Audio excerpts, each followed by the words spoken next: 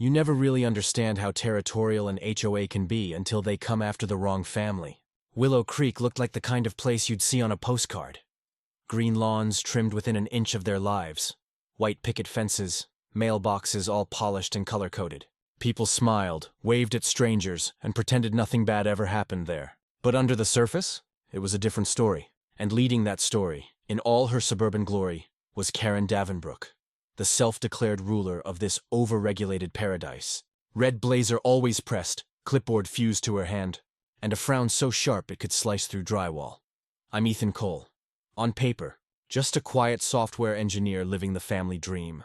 Nice house, quiet life, trimmed bushes, and HOA dues paid like clockwork. But what no one around here knew was that I'd been deep undercover for the FBI for the last 3 years, monitoring real estate communities like Willow Creek for financial fraud tied up in HOA management, silent money trails, fake vendors, shell accounts.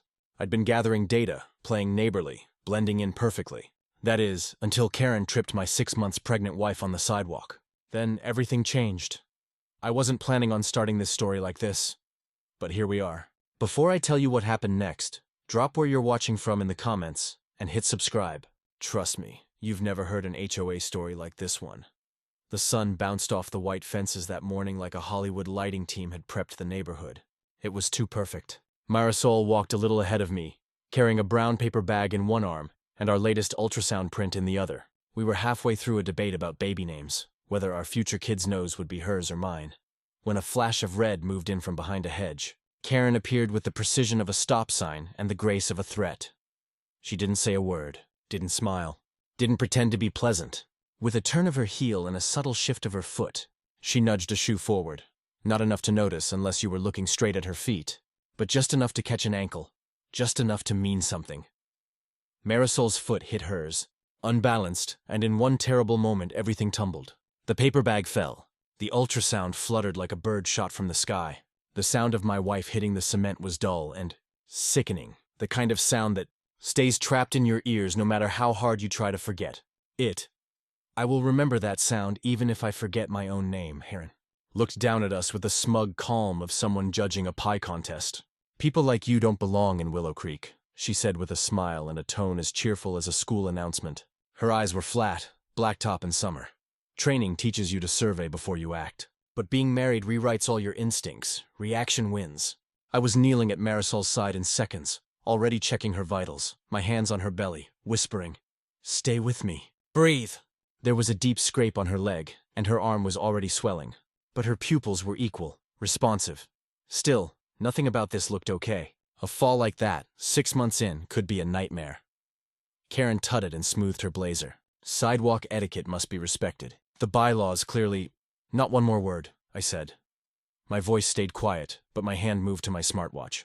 I pressed 2 fingers to the face and held them down for 3 seconds. A tiny blue chevron flashed. Encryption locked. Signal sent. The 911 blue beacon for undercover agents.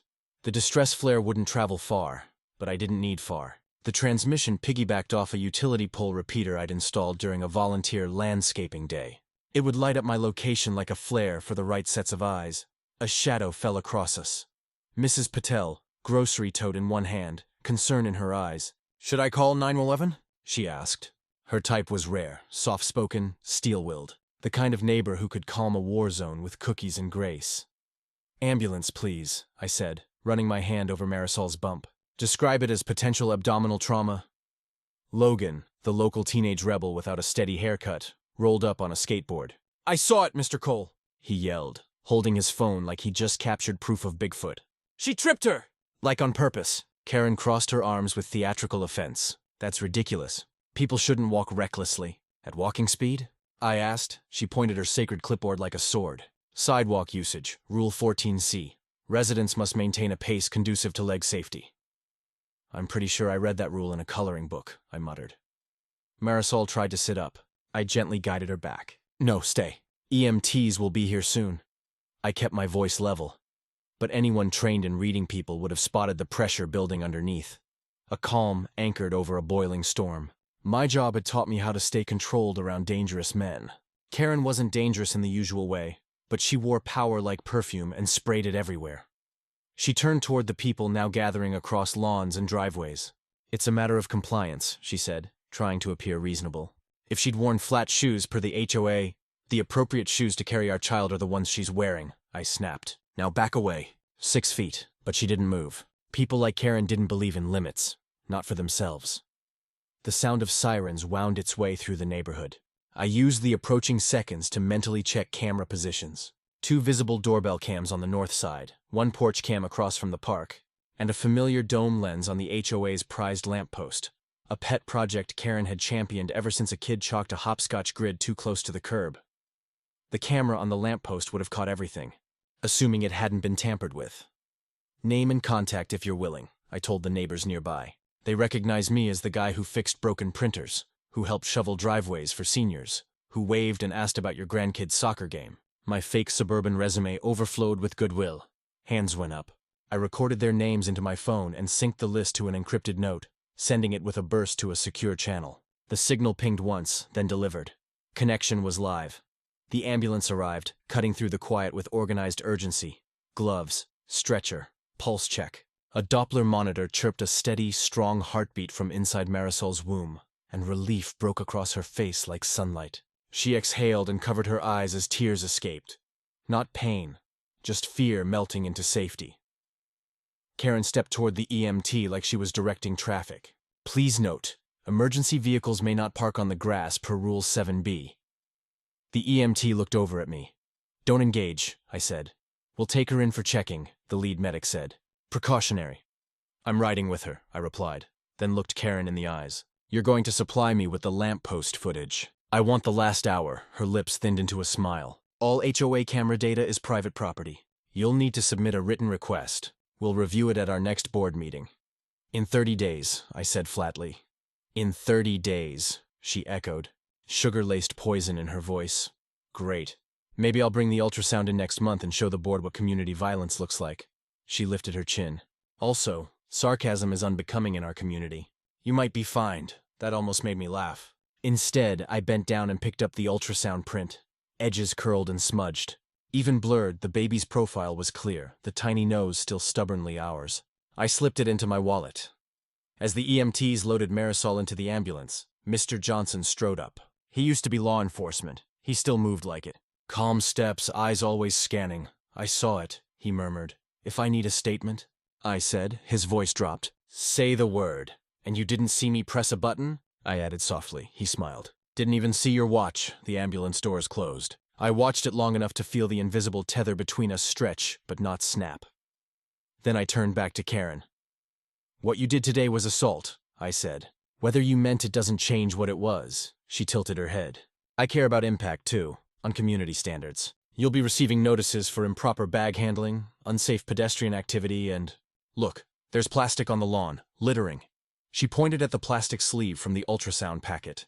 I picked it up, deliberately, slowly. My hands didn't shake. Bill me, I said. She scratched out notes. 15 days to respond. Or contest. I could already feel the movement around our block. The Magnolia unit, my field team, would arrive in quiet shapes. A city van, a landscaper, maybe someone arguing about irrigation pressure. We'd close in like fog, quiet and thorough. I looked at her one last time. Oh, and while you're rewriting rules, add a new one. Don't trip pregnant women on sidewalks. I smiled, just a little. No joy in it. Just teeth. You'll want it in writing. For the board minutes. Then I walked back to my house to grab Marisol's go bag and my federal ID. In the mirror, I looked like a worried husband. Basic haircut, weekend clothes, but there was a badge inside my jacket now, and a small case no bigger than a candy bar in my pocket. It held the tools for what came next. A signal tap with a sweet tooth for dirty data. Outside, the sun hung a little lower. The day shifted toward evening as sprinklers whispered their rhythm over the grass. Karen stood on her porch pacing, phone at her ear, murdering patience with every step. Her HOA motto hung crooked in the window. Community is compliance. I didn't head toward her porch. I walked straight to the lamppost. At the bottom, a locked panel tried to hide a service port. I crouched, loosened the screws with the confidence of someone meant to be there, and pulled the cover off. 2 minutes to plant the transmitter. 30 seconds to boot. The chip linked fast and quiet, chiming once in my earpiece. That one soft ping told me it had found the camera control board and the cheap data module. Karen's nephew had proudly installed for neighborhood safety. Cheap meant lazy, and lazy meant she was already ours. Magnolia, this is Echo, I said under my breath. Eyes on the screws, lamp post feed cloned. Requesting scrape-off last 10 hours. All motion triggers priority tag 1. Copy Echo, a voice replied crisp and distant. We have you also receiving civilian video from multiple sources. Preliminary review supports battery by contact. We're standing up a local staging cell, 2 blocks east utility easement. Keep it soft, I said. She's the face. I want the trunk. Understood. The transmitter finished its handshakes. A second ping, this one deeper, telling me it had found a sibling network bleeding out of the HOA clubhouse. A mesh of cheap cams. One password reused, like a favorite joke. I filed the map to the operation channel. It would look like veins feeding a red blazer heart. Mr. Cole Karen's voice carried like a lifeguard whistle. What are you doing to our lamppost? I snapped the fascia shut and stood dusting my knees. Filing a request, I said, and patted the aluminum pole. Per your process, you need authorization to touch HOA property. I looked at the pole thin at her. So do you. Her mouth worked soundlessly for a beat. I'm calling Clive. He's our legal counsel. Your treasurer, I corrected, who once misspelled subpoena as subpoena in a newsletter. Color crept up her throat. You're very clever, Mr. Cole. Clever tends to get fined. That and breathing, I said. I'll mortgage the house. She stomped inside door, slamming with the moral conviction of a sitcom laugh track. I let the empty street settle. Across the way, Mr. Johnson lifted Hishin, and the tiny secret salute men share when they've both carried radios for a living. Logan rolled by again, this time slower camera still running. You good? He asked. Getting there, I said. Keep that video safe. 2 copies. Airplane mode when you're not using your phone. He blinked at the order, then nodded like I'd handed him a mission. Yes, sir.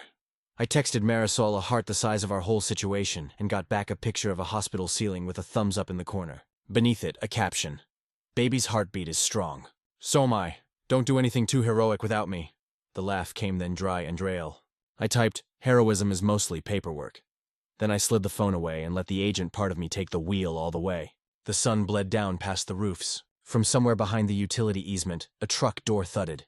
If you listened hard enough, you could hear the neighborhood's rhythm change. A lawnmower cut off a beat too early. A screen door didn't quite latch. A dog barked once and then decided better. The pond at the cul-de-sac held the last light like a secret. I took one more long look at Karen's house. The precise shrubs, the brass numbers polished to gleam, and pictured what lived under the lawn. Not ideals, not community, not rules that kept us safe. Something heavier boxed and taped and labeled as seasonal decor. Magnolia, I said, turning toward the clubhouse. This is Echo. Signal received and clear. Stand by for a board meeting nobody planned on.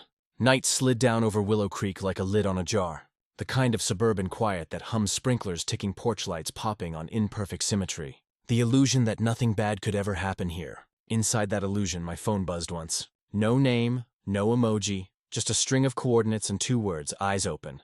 That was Magnolia Unit's confirmation. They'd received my 911 blue signal, which meant I was no longer a sleeping ghost in the suburbs. I was back on the Bureau's grid. I parked my truck by the cul-de-sac gazebo, the one Karen had turned into her personal HOA office. From the outside, it was a fairy light shack with a corkboard full of passive-aggressive flyers. Please keep noise to a minimum. After 700 p.m., no cars overnight on street community. Pride equals community control. Behind that saccharine message, there was a router blinking too fast for its bandwidth. I cracked open the side panel, pretended to fix a light, and slid a fiber sniffer the size of a flash drive into the Ethernet jack. The signal spooled into my earpiece, immediately static first, then the low hum of digital traffic. HOA emails, payments, membership logs, IP addresses. Half of the outgoing data packets were rerouting through an encrypted VPN node in El Paso. Interesting. That was Douglas Davenbrook territory. 2 blocks away, I saw movement. The subtle, trained rhythm of men who belonged to a different kind of neighborhood. The FBI's covert support team had already melted into the scenery. One agent disguised as a tree trimming contractor, another jogging with a leash attached to an empty collar. A third pretended to check water meters. I keyed my comm echo reporting. Local network infiltration achieved. Possible tunnel to border node. Copy echo came the voice of Special Agent Harlow, my handler. Calm low, dangerous in its efficiency. Keep the cover domestic. We'll triangulate from our end. How's your wife stable? I said hospital confirmed fetal heartbeat. She's tough. Good. Then stay that way. We'll need you lucid. I spent the next hour mapping the invisible arteries of Willow Creek cameras, Wi-Fi, motion sensors, HOA security drones. All of it routed through the same ISP account registered under Karen's name. That wasn't just obsessive micromanagement. That was control. Real-time visibility on everyone in the neighborhood. At 9:27 p.m., a black Escalade eased down the street with its lights off. Douglas. He always drove slow like someone who expected the ground to move for him. The vehicle stopped at the rear gate of their property, the one marked maintenance access only. He unlocked it, backed the SUV into the yard, and the gate shut behind him. I zoomed in through the drone feed. 2 men stepped out with him. One Hispanic, one white, both wearing work boots, both carrying duffel bags heavy enough to bend their spines. Douglas opened the basement hatch. They disappeared underground. By 10 p.m., I had what I needed. Timestamps, visual confirmation, thermal readings of a subsurface chamber, and a list of license plates scraped from the HOA visitor system. I cross-checked them on the Bureau's narcotics watch list. 3 hits. So, the HOA's Community Beautification Fund wasn't about petunias after all. I called it in. Magnolia Base. This is Echo. I'm confirming suspected narcotics storage under Residence 14C Brook Drive. Requesting Federal Observation Authority. Echo Authority granted. Keep it blackout until we validate chain of custody. Harlow said we'll run parallel facial rec on Douglas. You focus on Karen. Copy. I turned my lens back to her house. Through the blinds, I could see her pacing phone in hand, wine glass half full, one hand slicing the air as she spoke. I boosted the parabolic mic. Her voice spilled through in crystalline venom. I don't care what he saw. Handlight. The HOA can't take another inspection. A man's voice answered, muffled but deep. I ran it through my voice pattern database, Douglas confirmed. They'll come for the accounts, he said. You need to clean the logs. All of them. Karen, that's your mess, not mine, Douglas. You signed the papers, Karen. Every single check, she slammed the phone down so hard it rattled my mic. At 10:43 p.m., Magnolia's perimeter sensors blinked online blue arcs, tracing the neighborhood map in my augmented feed. The Bureau had moved a mobile command van into the local substation. Everything was in motion. Still, I couldn't shake the image of Marisol lying on that sidewalk, her breath ragged, the paper ultrasound crumpled in my hand. That was the real fuel behind this operation now. Not just the Bureau's case file. A soft knock startled me. Mr. Johnson, the retired cop neighbor, stood there with a mug of coffee. Figured you'd still be up, he said. Didn't see you at the hospital. She's stable, I said. Thanks for earlier. He nodded slowly, eyes narrowing. You were too calm for a man whose wife just got hurt. That look doesn't come from yoga. I smiled faintly. Old habits. He studied me a second longer. Whatever you're planning, be careful. Karen's got friends, big ones. Not just the HOA board. I know, I said. And that's exactly why I'm planning. He left the mug on my step. Call if you need backup. Ex-cop backup, not federal. Quieter that way. At midnight, the data stream from the lamppost finally cracked open. I filtered through terabytes of mundane footage. Dogs, sprinklers, joggers until the pattern emerged. Douglas loading crates labeled garden fertilizer. Karen signing off delivery forms. Then a week-old clip showing a van marked community improvement arriving at 3:10 a.m. The driver, one of the Bureau's flagged cartel couriers. That was the moment everything locked into place. I opened the encrypted chat. Echo proof of cartel connection confirmed. Request immediate tactical prep. Magnolia base copy transitioning from surveillance to containment. Maintain proximity until signal red line. Red line. That was Bureau code for an active takedown within 24 hours. By 2 a.m., the team was staged around Willow Creek under cover of night crews. SUVs parked under dead streetlights. Vans labeled city utilities. To the neighbors, it looked like maintenance. To us, it was a siege waiting to breathe. I watched Karen's house through the scope feed. Upstairs, light flickered off. Douglas's shadow passed once across the window, then vanished. In my earpiece, Harlow whispered, Echo, confirm line of sight. Visual confirmed, I said. Target 14, see dark. 2 occupants presumed inside. Good, then go home. Sleep 2 hours. At dawn, we move. I hesitated. Permission to stay on site denied. You're compromised emotionally. We'll handle it. But he was wrong. I wasn't compromised. I was anchored. There's a difference. I killed the calm and stayed anyway. At 3:12 a.m., the Escalade's engine rumbled again. Douglas stepped out alone, wearing gloves, carrying a metal briefcase. He loaded it into the trunk. I adjusted the camera license plate angle clear. The plates were fake. I zoomed closer and caught a faint reflection in the rear window rows of vacuum-sealed packs inside the case. I whispered into the mic. Echo to Magnolia Base, confirming narcotics transfer attempt. 1, target mobile, intercept in progress. Stand down, Echo, Harlow ordered. We don't have warrant time. I'm not arresting, I said. I'm following Echo. I was already moving. I tailed Douglas 3 mi down County Road 42. No headlights, no sirens, just engine hum and the pulse of something righteous in my chest. He stopped by an abandoned storage depot, opened a side door, and rolled the briefcase inside. A black van waited there. I recognized the symbol etched on the license, a silver wolf's head, the cartel's signature. I snapped 3 photos and transmitted them. Our response came back almost instantly. Echo, you just cracked the El Paso pipeline. I looked at the glowing screen wind slicing through the empty lot and thought, all this began because one woman couldn't keep her foot to herself. By the time I returned to Willow, Creek dawn was thinning the sky. The sprinklers came alive again, washing the blood from yesterday's sidewalk. Karen stood on her porch, coffee cup in hand, the picture of suburban serenity. When she saw me, she smiled small and smug. Morning, Mr. Cole. I do hope your wife learned to watch where she's going. I stared at her for a long second, then smiled back. Oh, don't worry. She's resting. You, on the other hand, might want to tidy up your yard. Karen frowned. Excuse me. I nodded toward the street. 3 city trucks were rolling in plain white engines, idling. She didn't know it yet, but every one of those vehicles carried FBI agents under fake maintenance vests. The operation had already begun. The trucks fanned out like polite sharks, orange cones, clipboards, and men in reflective vests whose boots didn't squeak like city workers. Magnolia had slipped into Willow Creek wearing the uniform of compliance, Karen's favorite. By mid-morning, flyers appeared in mailboxes. Emergency WHO meeting 400 p.m. clubhouse. I didn't put them there, but I didn't need to. If you want Karen to come running, suggest control ice slipping. Marisol texted me a hospital selfie. 4 out, smile, small but real. Heartbeat steady. I'm okay. Are you okay? I sent back a picture of the clubhouse. Empty folding chairs. A crooked civility pledge poster curling off the corkboard. Working. Coming home after the meeting. Kiss the baby for me twice. She replied with a heart, then added, don't go too far. I promised I wouldn't. We both knew I probably would. I arrived early and walked the perimeter like a home inspector. The clubhouse smelled like lemon cleaner and suspicion on the sidewall. The HOA router blinked its frantic little Morse code. My fiber sniffer was still sipping from the line. The feed piped into the mobile command van now parked very legally behind the maintenance shed. Through my earpiece, Harlow's voice curled in echo. We're live. Your mesh gives us 4 interior mics and the projector input. Keep it theatrical. I brought a show. I said at 3:58 p.m. the herd arrived. Neighbors shuffled and clutching reusable bottles in resentment. Mr. Johnson took a seat halfway back, arms folded, cop eyes scanning. Mrs. Patel deposited a plate of cinnamon squares on the snack table, with the air of a woman who had fed 1,000 crises.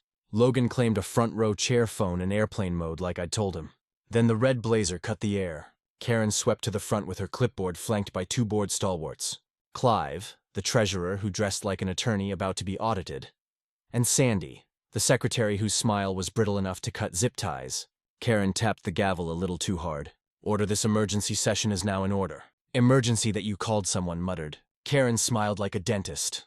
Neighbors, there has been an incident involving false accusations, harassment, and potentially unlawful surveillance of HOA property.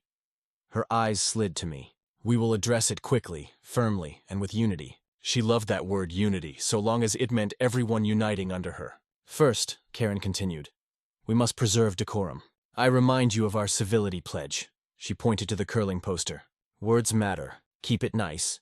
Should add, don't trip pregnant women, mister. Johnson said, not quite quietly.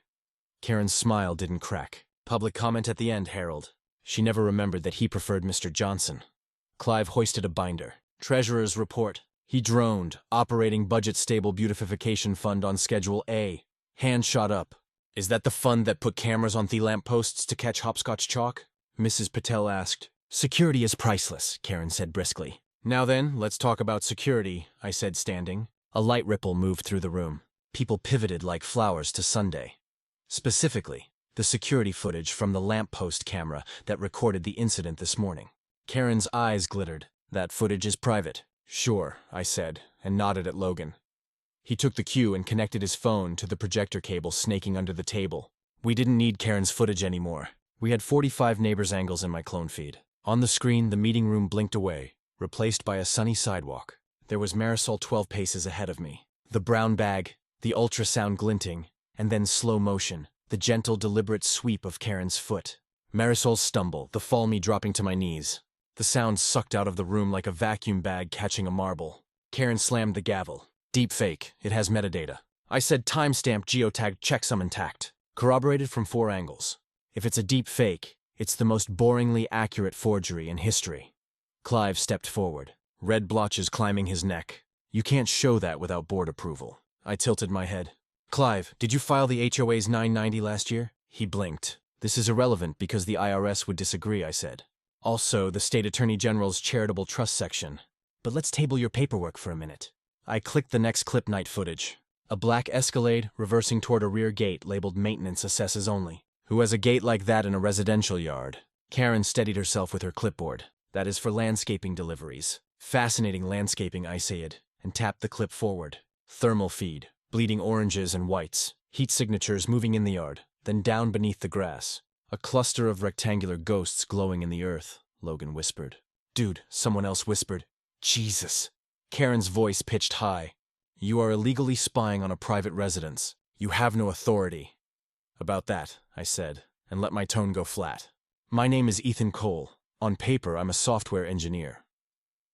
In practice, I took out a small wallet and flashed the shield for a breath's worth of seconds. I'm a special agent with the Federal Bureau of Investigation. The room exhaled all at once. Clive actually stepped back. Sai's smile cracked for real this time, corners collapsing like wet meringue. Karen didn't move. Only her eyes did any calculations in quicks. Sit down, she said, but it sounded wrong like a GPS, insisting you turn onto a road that doesn't exist. No, I said you will in a few minutes, Ethan Harlow said softly in my ear. Keep her talking, Karen, I said aloud. You and your husband, Douglas, have routed HOA funds through a VPN node tied to a warehouse near El Paso that's on 3 separate federal watch lists. We have video of cartel couriers using a van-marked community improvement making 3 a.m. deliveries to your rear gate. We have a thermal signature of an underground storage room in your yard. Do you want to keep playing board games? Lies. She spat all fabricated by Bayou.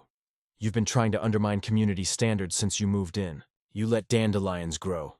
Mr. Johnson lofted a bark that startled even him. Lady, he mis my yard when my hip won't let me. His lawn edges could pass Amarine inspection. Sandy leaned on the table, voice thin. Even if what you're showing is accurate, the HOA is a separate jurisdiction. Our rules supersede city code within common areas. The room wobbled like a bad camera pan. I couldn't help it. I smiled. Did you just tell a federal agent that your newsletter outranks the United States Code? Scattered laughter broke the spell. The spell was all Karen ever had. She lifted the clipboard like a shield. You don't scare me. You can't storm into people's homes without a warrant. You're bluffing to intimidate me into handing over proprietary HOA data. Warrant package is in review, Harlow murmured in my ear. Almost there, a second voice added. Judge is online. I paced once slowly until I was between Karen and the door. No one's storming anywhere. We're having a meeting. Clive's phone buzzed. He glanced down, face draining. Karen saw it and misread it as support. Clive, tell them. He didn't. His hand trembled. Everyone saw it. Neighbors, I said and gestured to the screen. Look at the ledger. A spreadsheet filled the wall line items for beautification, security, improvements, community pride. Each one split to a vendor called Davenbrook Enhancement Partners. The corporate address matched a P.O. box used by Douglas 10 years ago in a DEA file. The numbers weren't just sloppy, they were insulting. Mrs. Patel raised a hand voice. Steady. How much of our dues went into this business? North of 200,000, I said. Gasps floated up like birds, and that's just what we can see without a full forensic scrub. Karen slapped the gavel again.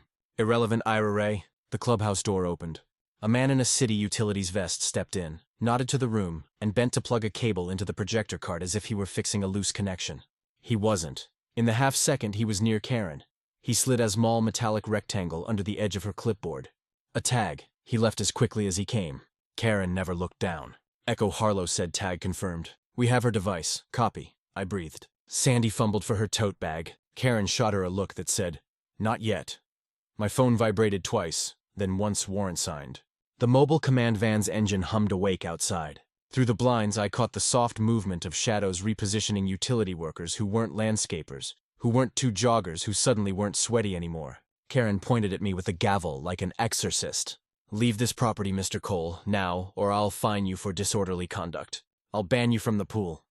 Karen, I said gently. You're under arrest. Silence. She blinked, a tiny tremor passing from the corner of her eye to the muscle along her jaw. You don't have the door opened again, this time with purpose. Blue windbreakers. FBI stepped in, badges visible. 2 more appeared at the back exit. Outside engines grew teeth. The room folded around her. Karen Davenbrook, I said. Voice, formal, calm, inevitable. You are under arrest for conspiracy. To launder money, obstruction of justice, and destruction of evidence. You have the right to remain silent. She threw the gavel. It clattered uselessly against the projector cart and bounced to Logan's feet.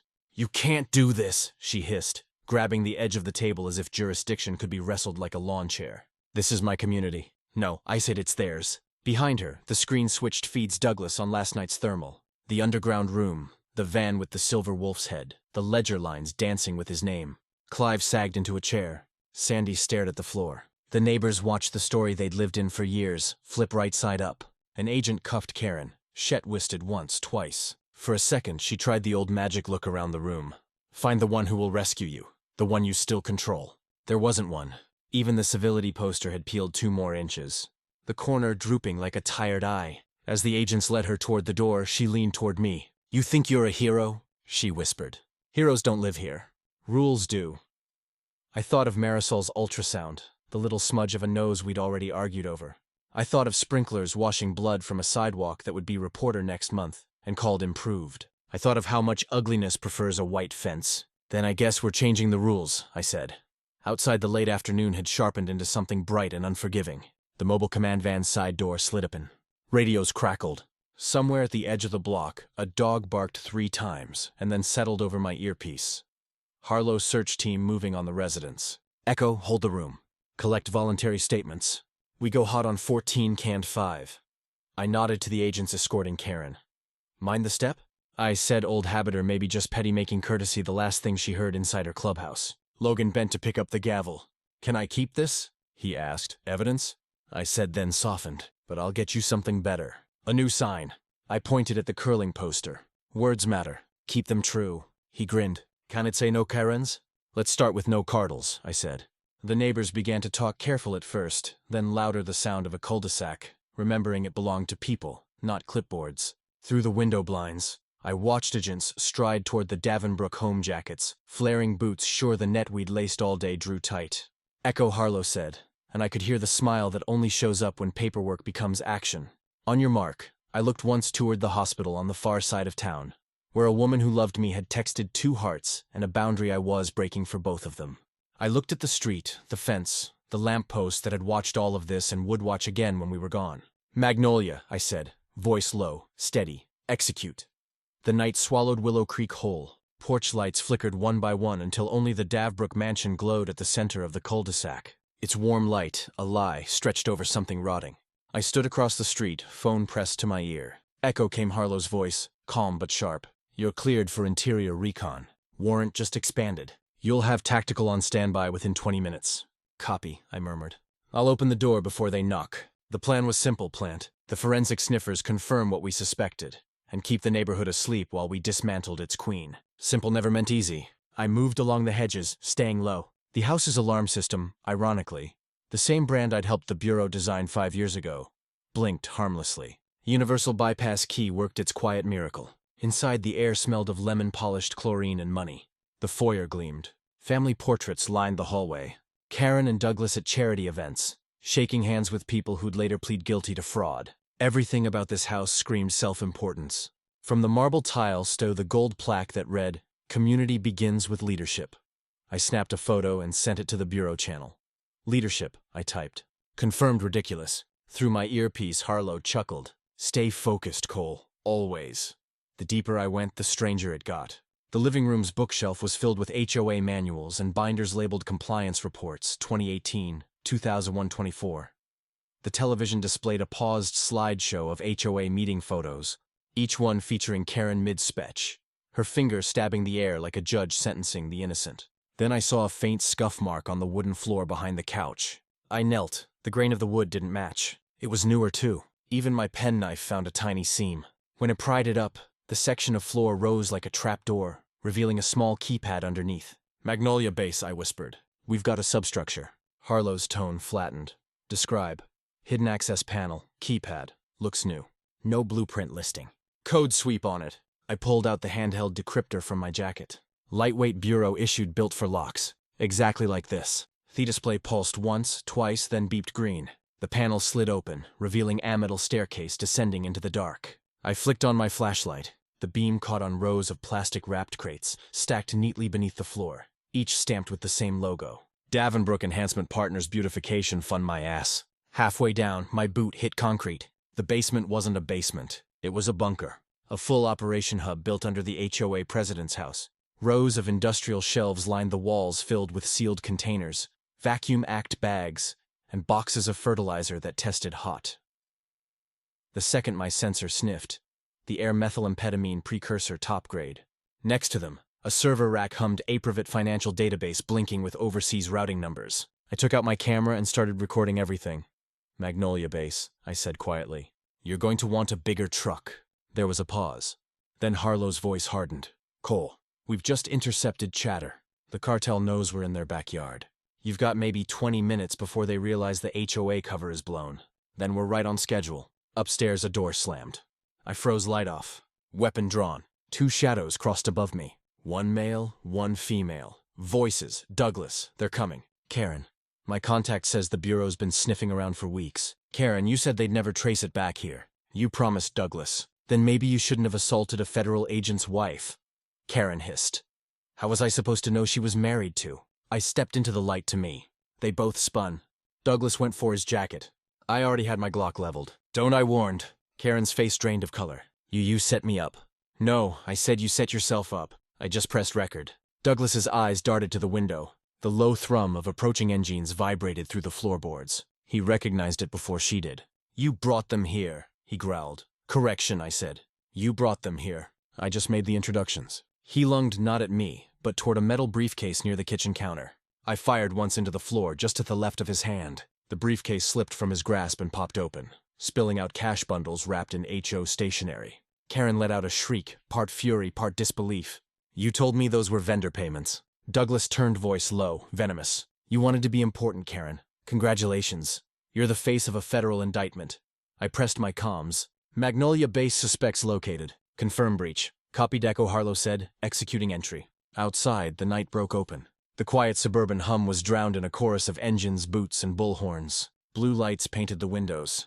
The walls shook under the weight of federal presence. Douglas ran for the back door. I followed close enough to see the panic slick his neck with sweat. He burst onto the patio, reaching for something hidden under a tarp. Another weapon maybe, or another lie. I didn't give him the chance. Drop it! I shouted. He turned eyes wild. You don't know what you're dealing with, Agent. Enlighten me, I said. Half the HOA presidents in this county work for us. You can't clean this up.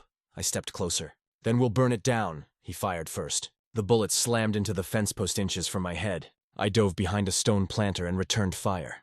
2 clean shots. One caught his shoulder. He went down screaming. Agents swarmed in from the yard, shouting commands, cuffing him before the echo faded. Karen appeared at the door, trembling. Douglas, she cried. Tell them it's all a mistake. Tell them it's, he laughed a bitter, bloody rasp. It's your HOA, sweetheart. You sign everything. 2 agents took her by the arms. She thrashed once, twice, then stopped fighting when she saw the swarm of blue jackets pouring through her garden. For the first time, the clipboard queen had nothing to hold on to. Harlow approached through the chaos, face-set tablet in hand. Echo, the basement's clear. We've got product cache and documents tying them to 3 cartel fronts. Beautiful work. Yeah, I said, scanning the lawn where the perfect grass was now churned with footprints. Beautiful, he caught my tone. You did your job. I did my job months ago. Tonight I made it personal. Harlow didn't argue. Personal or not, you stopped something ugly. Go home. We'll finish the sweep. I nodded, but I couldn't move yet. I watched as the evidence techs hauled out crate after crate, each labeled with the same HOA logo, Beautification Fund. A suburban empire of fear and greed hidden behind roses and bylaws. Karen screamed as they loaded her into the car. You can't do this to me. I am Willow Creek. I looked at her over the hood of a squad car. No, Karen. Willow Creek's the people you stepped on. The door slammed, silencing her. At dawn, the sun crept over the wrecked perfection of the neighborhood. Lawns still sparkled with dew, but the air was different. Raw. Real.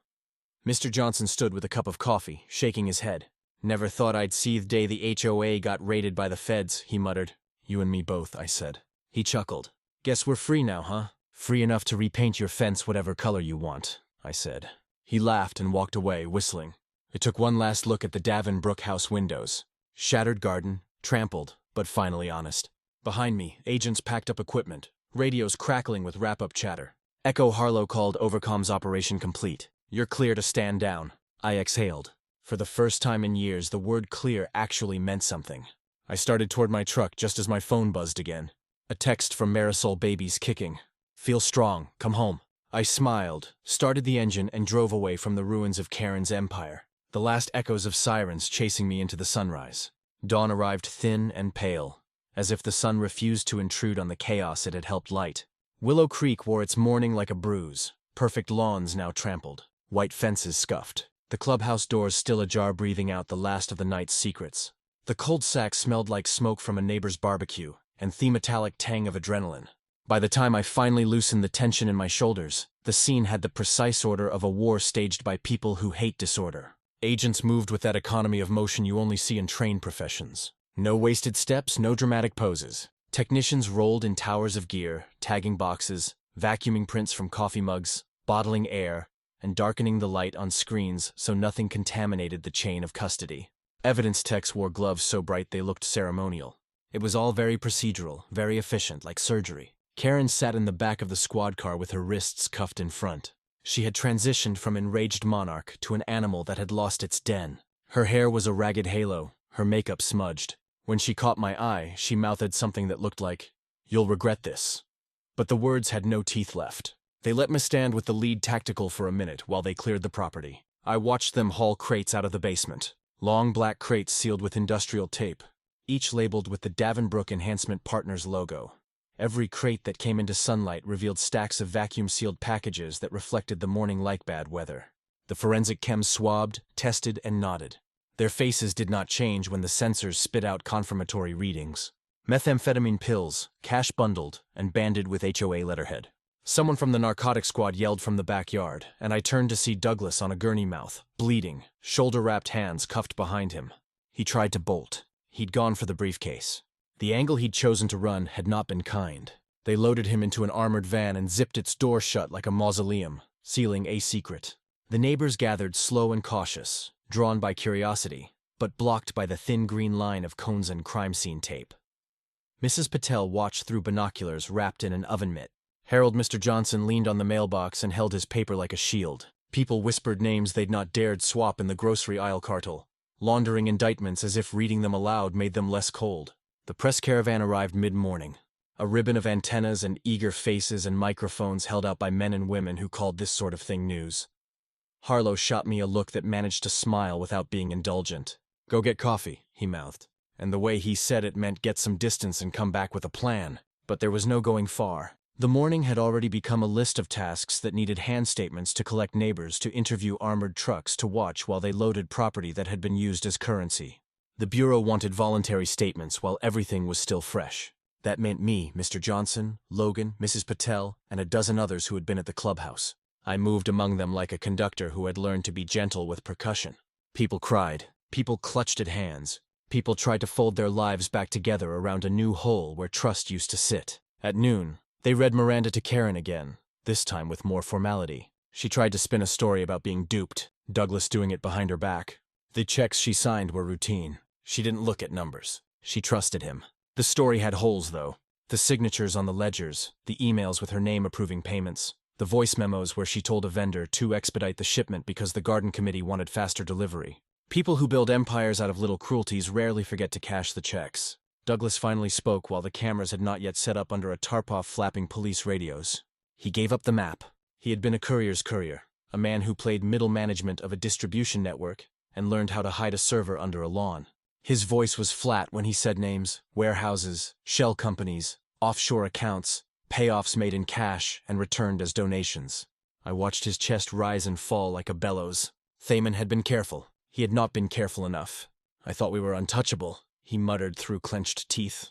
"You weren't," Harlow said, standing nearby. "You were sloppy. Used the place you ruled." He glanced at me. "And you put your wife on the step of it." Something in Douglas cracked. Then he spoke like a man who had kept things tidy in his head and watched the pile tilt. He named the suppliers, the drop points, and a list of accounts where the HOA Beautification Fund had been laundered.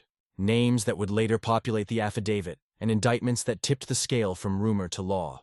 All day the Bureau ran the evidence through machines that sounded like whales, calling servers, crunching spreadsheets, software, comparing handwriting accounts, reconciling across time zones. My job was to shepherd the human side of the operation, keep witnesses steady, secure neighbor statements, ensure nothing leaked that could jeopardize the warrants. It was a lot of small kindnesses stacked together, offering bottled water, finding a blanket for an elderly neighbor whose hands trembled sitting with Logan as he watched two men take the gavel he'd once begged to keep. Late in the afternoon, a deputy from the county sheriff's department cornered me with a concern that didn't surprise me. "You expect any pushback? People who do this, they don't like losing product." His tone implied retaliation.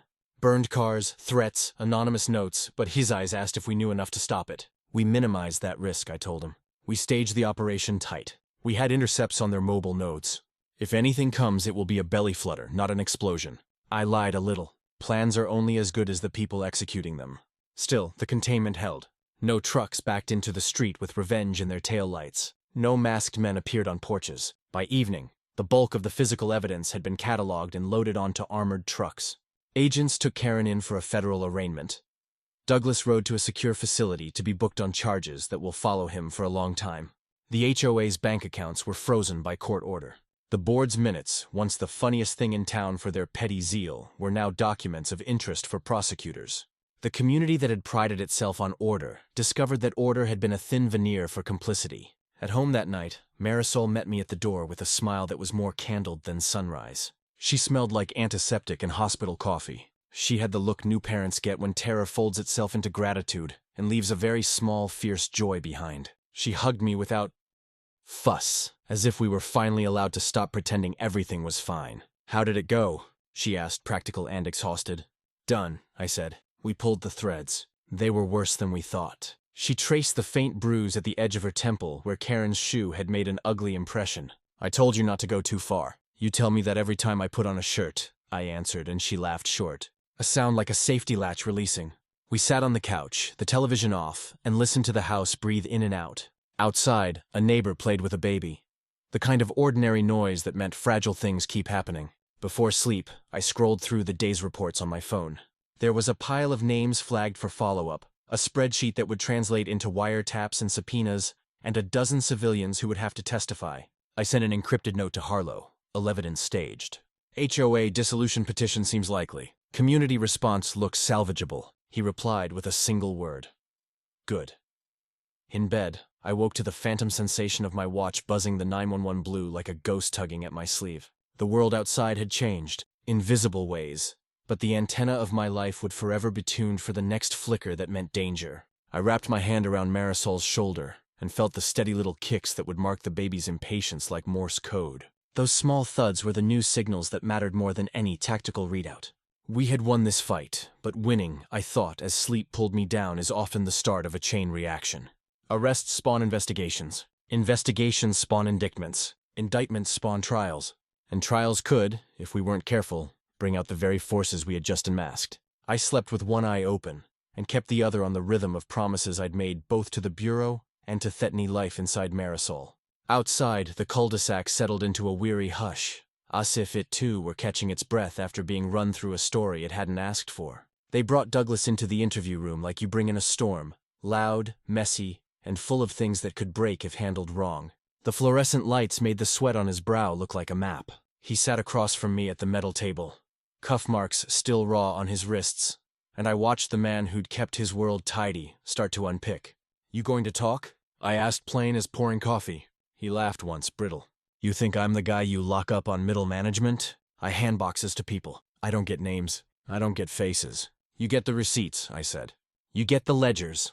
You sign the checks. You took money from residents who trusted you to keep their park benches painted and gave it to men who sell poison. That's not middle management. That's the ledger for Acrime family." He looked at me like he couldn't believe he'd been seen. Maybe he hadn't believed it either. We had an arrangement. It was simple. They brought product. We staged deliveries. They pied us cash. We issued invoices. People at county procurement thought we were a landscaping supplier. Karen did theirest. She knew the forms. She stamped them. She sent the newsletters. She made the neighbors feel safe. So she knew Yasked. Douglas shrugged, and for the first time he looked small. She knew enough. She knew she was signing things. She knew money came in. She liked the control. She liked the respect. She thought the payments were donations to the beautification fund. She thought she was important. Important enough to trip a pregnant woman on the sidewalk. I said the question. A stone I lobbed, but didn't expect to skip. He looked down and his mouth moved like he was tasting words. She wanted fear. Fear keeps people obedient. You step out of line, you get a violation. You get a fine. You get ostracized. It's the slow work of discipline. She never asked for blood. Ethan, she asked for order. You signed documents that hid cash inflows meant to pay cartel suppliers. I said you wired money to shell companies and made invoices look like landscaping. You routed funds through HOA accounts. That's not ignorance. That's a ledger that pretends to be civic service. He breathed out. The breath seemed to carry more than air. We thought the front was clean. The HOA was perfect for it. People who won't ask questions because they think order is safety. We use that to launder kilos. It was routine. Until me, I asked. Until your wife got tripped, he said. And the words landed like a knock you can't pretend you didn't hear. That put a face onto the neighborhood. Suddenly it was an abstract. A number, a count, an invoice. It was a human. It triggered someone higher up to move the timeline. They wanted clean, probable cause. They wanted a moment that made a judge look then sign. They wanted a pretext. Your wife gave it to them whether you liked it or not. There's a particular kind of anger that lives in rooms where confessions happen. It's not hot. It's sharp. I felt it not for Douglas alone, but for the slow economy of cruelty Karen had crafted. For the way small rules had become a factory line for bigger crimes. Why use an HOA? I asked softer now. Why hide under bylaws and newsletters? Douglas's voice was small. Because no one thinks the quiet people are doing the loud things. They see rules, not red flags. We found comfort in boring paperwork and polite meetings. Nobody expects violence from someone who chairs a potluck. That's how we hid. Named names over the next hour in a way that narrowed the map of what we'd uncovered. 3 shell companies, a courier network, an offshore account she and he used to move cash into escrow, and 2 county officials who turned a blind eye to timely donations. He rattled off addresses, dates, times. He told us about the van with the silver wolf that made runs, to an El Paso depot about the P.O. boxes used to receive vendor invoices about the metal, crates that smelled like fertilizer but tested. Positive for chemicals, no backyard needs. When he told us how Karen had first been approached, how a man with a polite handshake and a leathery smile had talked about community improvement and funding gaps, the story stopped being about greed and started being about ordinary vanity, weaponized. Karen wanted to be admired. Admiration was a currency. She accepted it, and the cost was other people's safety. At some point, Douglas's voice began to crack. They told me not to get attached, he said. They told me this is business. But then you live with lists and faces, and suddenly business is people with playgrounds. You get sloppy. We recorded every syllable. Every confession is a hinge on which cases swing. His admission, cooperative, bitter, and full of the sort of remorse born of being caught, began to unspool the network. Agents nodded, took notes, and fed leads into databases that would over the next months make subpoenas rain like legal cold. When the interview ended, they offered him a deal cooperation for reduced sentencing, full disclosure, for federal leniency. He signed shaking because without his cooperation, his life would be a parade of charges that would leave no mattress unturned. He agreed to lead us to the remaining nodes, contacts in border cities, and laundering accounts overseas. What he gave us was a map we could follow, the kind of thing prosecutors like to see pinned on a corkboard with red thread. Outside, the neighborhood was changing in ways you could see. The news vans had multiplied. People craned necks from behind curtains. There were placards popped up on lawns, some demanding justice, others saying nothing but the name of a local council candidate. Willow Creek discovered it had an appetite for gossip as primal as hunger. I walked the cul-de-sac after the interview past the Davenbrook house, now ringed with yellow tape and notices. The quiet people looked like different creatures in daylight, exhausted, stunned, or oddly relieved. Mrs. Patel waved me over and handed me a thermos. For the long nights, she said her eyes were red. You brought a storm into our street, Mr. Cole. No, I said. We pulled the curtain down. She nodded, understanding the distinction. Same difference to me. The press called it a scandal that afternoon, and headlines do what headlines do, flatten nuance into something the size of a meme. But the important things kept running. The court filings, the freezing of accounts, the appointment of a court receiver for the HOA's funds, and the slow bureaucratic machinery that will convert evidence into indictments. Legal wheels grind slow but heavy. I like that. They also grind true. That evening, in a small room reserved for victims to make statements, Marisol sat with a lawyer and wrote a statement that read like a simple ledger. 1 assault, 1 fall, 1 ultrasound. She signed it with the same meticulousness she used to balance our checkbook. Her hand trembled, not from fear, but from being the one who had been the fulcrum of so many lives. When she finished, she looked at me and said, "We did the right thing." We did, I thought. We had pulled a monster out from under a lawn and into the light. We had turned an HOA's rulebook into a public record, forced a system of small violences into accountability. But confessions are a beginning, not a finish. There were other men and women, named in Douglas's words, who would need to sleep without fear of collateral revenge. There would be trials and threats could follow. There would be families tied to the cartel who would feel the ripple and strike back. That night, as I sat on our couch with Marisol's head on my shoulder, the baby kicked strong and insistent like a fist. I pressed my palm to her belly and felt the answer. It was a small, stubborn life pushing out at the world, ignorant of politics and perfect in its demand to be safe. "Next steps," I said quietly into the dim room. She looked up, tired but fierce. "You rest. Let them do their paperwork. Then we build a life where our kid can skate on the sidewalk without being tripped." I smiled because that was the dream. And sometimes dreams start with a single law passed, a single bulletin board cleared. The confession would stand up in court. Douglas would deliver more names. Indictments would follow. And the people of Willow Creek would find new ways to be neighbors. We slept with the blinds open and the porch lights unlit, because for the first time in a long time, I trusted that the next knock at the door would no longer be a threat, but maybe just someone asking to borrow a cup of sugar. A year can rearrange a neighborhood in ways you don't notice day to day, until one afternoon you drive down the street and realize the flags are different. The lawns are less manicured, and people actually stop to talk to one another without glancing at their times. Willow Creek felt like that kind of change, slow, stubborn, the work of many small hands instead of one clipboard. The Davenbrook estate sat like a bruise on the cul-de-sac cleaned out and condemned a notice tacked to the front gate that made the brass mailbox look ridiculous. The federal seizure sticker was bright and official. The brass gleamed with a dullness that said someone had already auctioned the best of the silverware. Karen and Douglas were wrapped in court schedules and booked hotel rooms and custody blocks you only get to think about on television. Their names would appear in indictments and pleas in pieces that would be argued in rooms with wood paneling and gavel teeth. But justice, as we all know, is not a single moment. It's a series of ledger entries, legal filings, and a patient accounting of every lie. It's follow-up teams making sure every shell company is traced and every offshore transfer clawed back. The Bureau did that work, the long unglamorous work, and I sat through deposition after deposition, statement after statement, while Marisol came with me when she could and rested when she couldn't. We watched the legal machinery inch the neighborhood into something accountable. What surprised me most wasn't the prosecutions. It was how the community reacted afterward. People who'd been bowing to Karen's bylaws started painting fences ridiculous colors because suddenly it felt optional. Mr. Johnson had his mailbox painted a duck-egg blue that offended exactly no one and delighted a dozen. A group of teenagers turned the now unmonitored greenway into a Saturday afternoon parkour course, spray paint artistry included. These were small acts of reclamation. A shovel in the ground, a paint roller across a post, laughter in the cul-de-sac. It wasn't anarchic. It was people being allowed to be human again. The HOA itself dissolved under court order.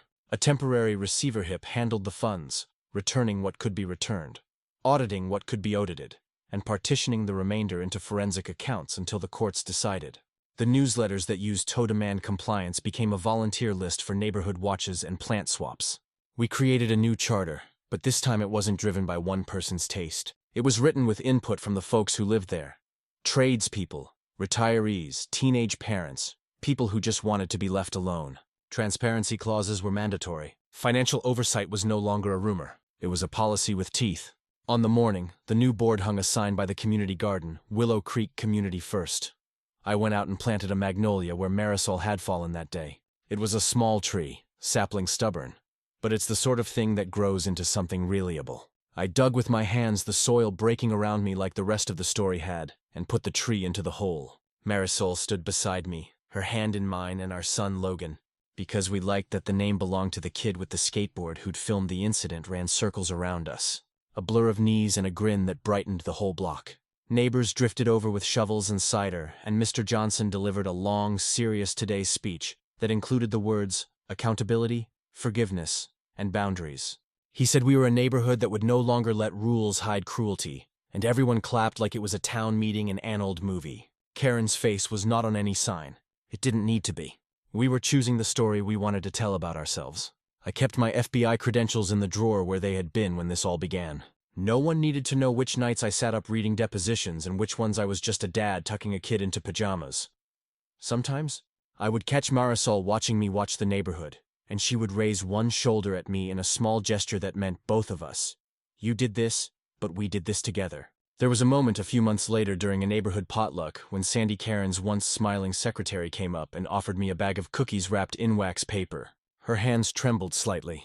I didn't know, she said. I thought we were helping the community. I thought she stopped embarrassed by her own gullibility. You didn't know the full story? I said a lot of people didn't. That's why we need processes that don't depend on a single person being honest. I took a cookie. You can help now. She nodded. And then for the first time since the lamppost transmitter woke up that night, she looked like someone who could look up and not fear being shushed. There were trials, of course, the papers like the theatrics. Journalists sat on porches and followed subpoenas like they were serialized TV. I sat in the gallery for some of the hearings, scribbled notes, listened to witnesses, watched Douglas stand with that small, angry resignation of a man who had eaten his own hubris. When the verdicts finally came down, the sentences were heavy enough to send a message, but measured for the complicated human architecture involved.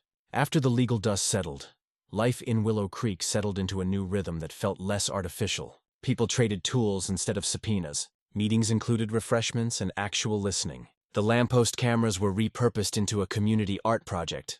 Kids painted the housings with murals of birds. The community agreed to transparent logs of donations and invoices available online for any resident to see. I volunteered to give a talk on digital hygiene, how reused passwords become doors for people with bad intentions, how small conveniences make big vulnerabilities. Those conversations were dull in the headlines, but vital in the long run. When I think back, the pivot was never a single arrest or a single confession. It was a sequence of small, steady acts. Neighbors saving Logan's footage, a retired cop making a carefully worded statement, a woman bringing cinnamon squares to a meeting that became an evidence session, an agent deciding that one small signal was worth risking a storm. It was community being stronger than fear. It was people choosing one another. I still wear the watch on occasion that can signal Magnolia when things get dark, but mostly it collects dust. My active badge sits in its folder. My desk has a different nameplate now. Ethan Cole, father, neighbor, sometimes an agent. I like the balance. I like that when my son trips on a sidewalk now.